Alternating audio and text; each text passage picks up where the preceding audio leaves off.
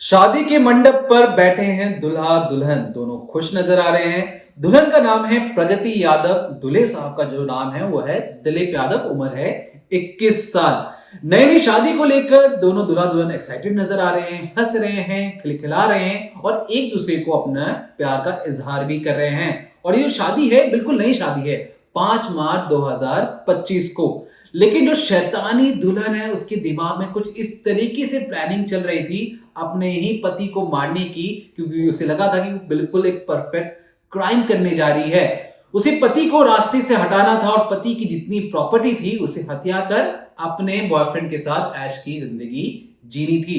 क्या हुआ आगे कहानी वो तो जरूर बताएंगे, लेकिन पहले जानिए जो पति दिलीप यादव है उसके साथ क्या होता है। 5 मार्च 2025 को शादी होती है। 19 मार्च 2025 को लगभग दोपहर के करीब जो दिलीप यादव है उनकी जो लाश है खेत में मिलती है। लाश औंधे मुंह पड़ी हुई थी। जो सिर का जो पीछे वाला हिस्सा था उसमें 315 बोर की बुलेट धंसी हुई थी। जो जिस गाड़ी से उस जगह पर वो गए थे उस गाड़ी को भी तोड़फोड़ की गई थी। दिखाने की कोशिश हुई थी कि लूट मार के चक्कर में गाड़ी का पहले एक्सीडेंट होता है। जब वो भागने की कोशिश करते हैं तो डकैतों ने उनके ऊपर फायरिंग खोल दी थी। अब आप सोचेंगे कि महज 15 दिन के अंदर ऐसा क्या हो गया कि दुल्हन को इस तरीके की प्लानिंग और प्लॉटिंग करनी पड़ी। तो कहानी में थोड़ा सा ट्विस्ट है। ट्विस्ट ये है कि जिस तरीके से 5 मार्च को शादी होती है, 19 मार्च को पति का कत्ल होता है, लेकिन दुल्हन कहां थी। दुल्हन अपने मायके में बिल्कुल एक मास्टरमाइंड की तरह, कठपुतली की तरह अपने मोहरों को चला रही थी और अपने शैतानी दिमाग में उसका प्लान ये था कि पति भी मर जाएगा, प्यार भी उसे मिल जाएगा और वो पैसों से माला माल हो जाएगी। अब कैसे होगी तफसील से सुनिए।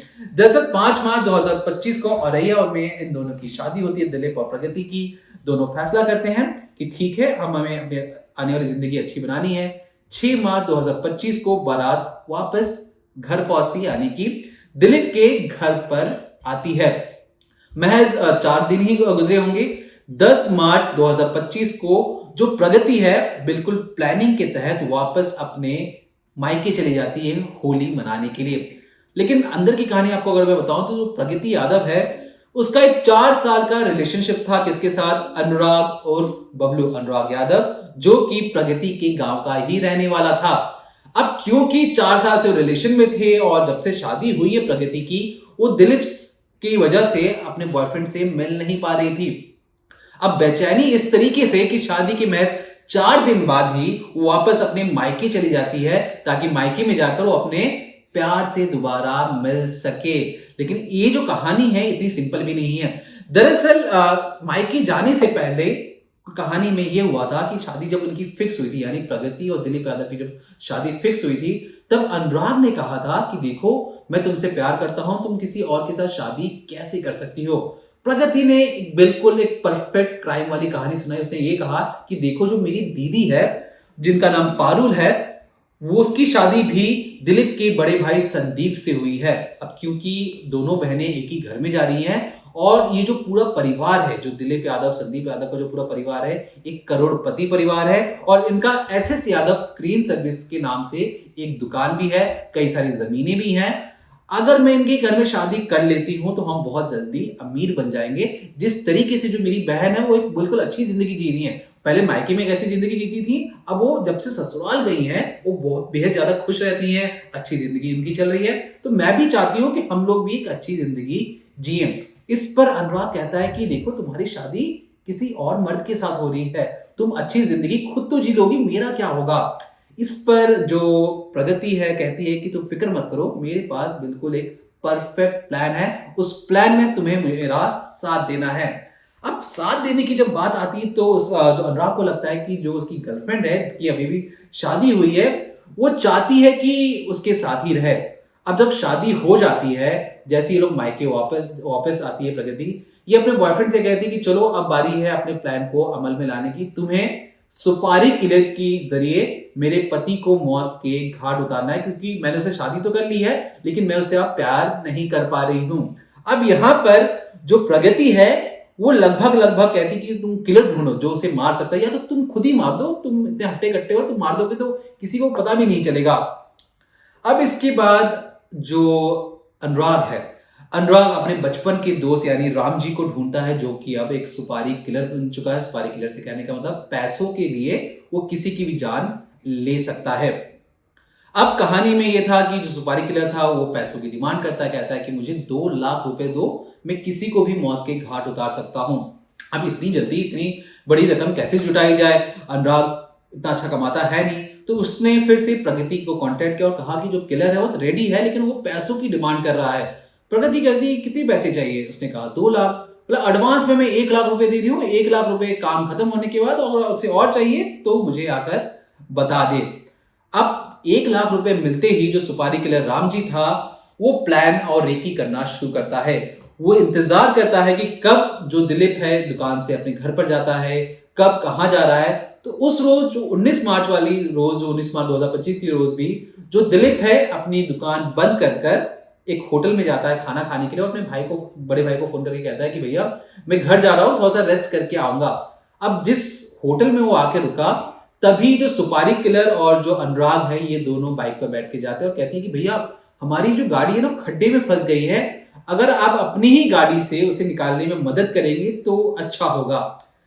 पहले तो जो दिलीप है वो आनाकानी करते हैं कि अरे मैं अभी खाने ही बैठा हूँ, तुम्हारी गाड़ी फंस गई, थोड़ा सा खा लेने दो। तो नहीं भैया बहुत इमरजेंसी, आप मदद कर दे वो तो अच्छा होगा। तब ये तीनों एक साथ उस इलाके में जाते हैं और पुलिया के पास ये उसके पहले सर पर धारदार हथियार से हमला करते हैं, बहुत ज्यादा चोट करते हैं। फिर जैसे वो अधमरा हो जाता है दिलीप, उसके सर पर बिल्कुल सामने से पॉइंट ब्लैंक रेंज से गोली मारते हैं और जो गोली है अंदर जाके धंस जाती है। अब इसके बाद वो मौके से फरार हो जाते हैं। उन्हें लगता है कि किसी ने नहीं देखा, किसी पता होगा कि हमने दिलीप की हत्या की है। अब जैसे ही आनंद फानंद में पता लगता है कि एक लाश औंधे मुंह खेत के पास पड़ी हुई है, पुलिस मौका वारदात पर पहुंचती है। पुलिस बॉडी को ले जाकर तुरंत बगल वाले अस्पताल में भर्ती करवाती है और लगभग 2 दिन बीत जाते हैं। यानी कि 19 मार्च 20 मार्च 2 दिन बीतते हैं और दोनों दिन दर्द से करहा रहे दिलीप की अचानक से मौत हो जाती है। लेकिन इस पूरे प्रकरण में जो बीवी थी वो अभी भी मायके में ही थी। पति की गोली लगने के बाद, पति को चोट लगने के बावजूद जो बीवी प्रगति है वो पति को देखने अस्पताल नहीं आती है। कब आती है? जब पति की मौत पूरी हो जाती है, जब उसे लगता है कि उसका पूरा जो प्लान है परफेक्ट हो चुका है। पति के मरने के बाद वो 21 मार्च को वापस ससुराल वापस आती है और इस तरीके से रोती गाती कि सबको लगता है कि हो ना हो बीवी बहुत ज्यादा दुख में है, नई नई शादी हुई है, मैं 4 से 5 दिन ही वो अपने पति के साथ रही है और तुरंत ही अगर किसी की ऐसी मौत हो जाए तो हर किसी को बीवी को सांत्वना देने का मन करता भी है। इधर जो पुलिस वाले थे जो जांच पड़ताल कर रहे थे, उन्हें लगा कि ऐसा कैसे हो सकता है कि कोई किसी को गोली मार दे, अधमरा दिखाने की कोशिश करे, और इस जिस तरीके से गाड़ी का जो एक्सीडेंट किया गया उस दिखाने की कोशिश थी कि लूट मार की गई है। जब पुलिस सीसीटीवी फुटेज खंगालती है तो पहली बार अनुराग का जो शक्ल है वो सामने आता है। पुलिस उसके बारे में छानबीन करती तो पता लगता है कि अनुराग जानने वाला है किसका? प्रगति का। अनुराग से पुलिस अच्छे तरीके से पुलिसिया पूछताछ करती है और तब जाकर अनुराग मुंह खोलता है कि हाँ मेरी दोस्ती है प्रगति से, जो दिलीप की बीवी है। बातें चल रही है लेकिन अभी तक किसी ने गुनाह कबूला नहीं है। और ये जो दोनों लड़के थे ढीठ इतने थे कि इन्हें जितना भी पुलिसिया पूछताछ की जाए अपना मुंह नहीं खोल रहे थे। अब बारी आई मैडम की। मैडम कौन? प्रगति, जिसकी तस्वीर आप अपनी स्क्रीन पे देख रहे हैं। ये मुंह छुपाते हुए और कभी घूंघट नीचे कभी घूंघट दाएं और चेहरे पे कोई अफसोस नहीं है। जैसे ही पुलिस पूछती है कि प्रगति मैडम जरा बताइए आपकी पति को जो मरे हैं उसके पीछे कहीं आपका हाथ तो नहीं है?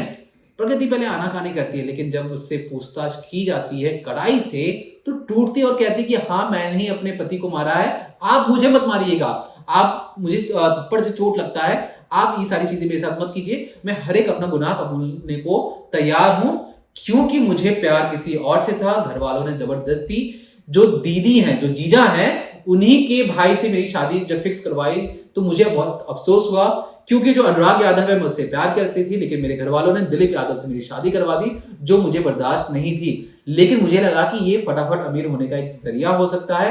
अगर मेरा पति मर जाएगा तो उनकी जितनी प्रॉपर्टी होगी सब मेरे नाम हो जाएगी और फिर मैं अपने बॉयफ्रेंड से शादी कर कर एक अच्छी जिंदगी जी सकती हूँ। तो फिलहाल के लिए निशानदेही पर जब पुलिस ने अनुराग और राम जी को पकड़ा, जिसकी तस्वीर आप देख रहे हैं, ये गिरफ्तारी की बाद की तस्वीरें जिसमें साफ तौर पर पता लग रहा है कि किस तरीके से तीनों को ही अफसोस नहीं है कि उन्होंने एक जान ले ली है, एक मासूम की जान लेने के बाद तीनों के चेहरे पे ना कोई अफ़सोस है, ना कोई डर है, ना कोई भय है। तीनों बड़े इत्मीनान से पुलिस के पीछे-पीछे और साथ-साथ चल रहे हैं। लेकिन जिस तरीके से प्लानिंग की गई थी और जितने परफेक्ट टाइम देने की जो कोशिश थी, वो जितनी जल्दी धराशायी हुई, उससे साफ तौर पे पता लगता है कि जो गुनाह की जो दुनिया उतनी बड़ी है नहीं जितनी बड़ी आपको नज़र आती है। ये बहुत छोटी-सी दुनिया होती है और जो पुलिसिया डंडा जब पड़ता है ना, तो ये जो भ्रम है, जो क्राइम की दुनिया का कि हम बहुत बेताज पैसे वाले हो जाएँगे, हमें कोई रोक नहीं सकता, कोई टोक नहीं सकता, तो ये तुरंत ही टूट भी जाता है।